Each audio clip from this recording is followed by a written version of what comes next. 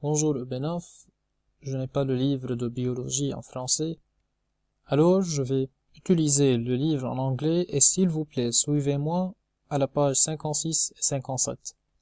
Nous avons déjà étudié la structure du cœur et vous êtes responsable de ce diagramme et d'annoter le schéma du cœur avec toutes les structures à l'intérieur du cœur. Aujourd'hui, on va parler du cycle cardiaque. Alors, lisez ce paragraphe en français. Vous devez savoir combien de bas le cœur bat par minute. Le nombre c'est 70 par minute. Bien sûr, vous avez déjà étudié le vocabulaire ici. Alors, les étapes principales sont trois. D'abord, la systole auriculaire. C'est la contraction des oreillettes. يعني الأوريات بيشدوا. ليش؟ كرمال ينزلوا الدم على الventricule. Pour que le sang descend au ventricule. Les deux oreillettes, droite et gauche, contractent en même temps, comme la figure montre. Et puis il y a la systole ventriculaire. Systole, ça veut dire contraction. C'est la contraction des ventricules. Et la contraction des ventricules va pousser le sang pour aller dans les artères.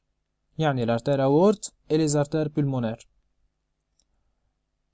Et parmi les deux systoles, parmi les deux contractions, la contraction ventriculaire est beaucoup plus forte. Ok? Bien sûr, lisez tout ce qui est écrit en français sur vos livres. Et enfin, il y a la diastole générale. Diastole, ça veut dire relaxation. يعني كل العضلات عضلة القلب ترتخي. ليش؟ Pour que le cœur se remplit de nouveau en sang. Et le cycle se répète. Le sang entre, les oreillettes se contractent pour que le sang passe au ventricule, et puis les ventricules se contractent pour que le sang va dans les artères. Et bien sûr, le vent de sang va en très haute pression. La pression du sang est très haute dans les artères à cause de cette contraction. Et c'est ce cycle cardiaque qui est à l'origine de l'électrodiagramme, ce qu'on voit sur les écrans des médecins.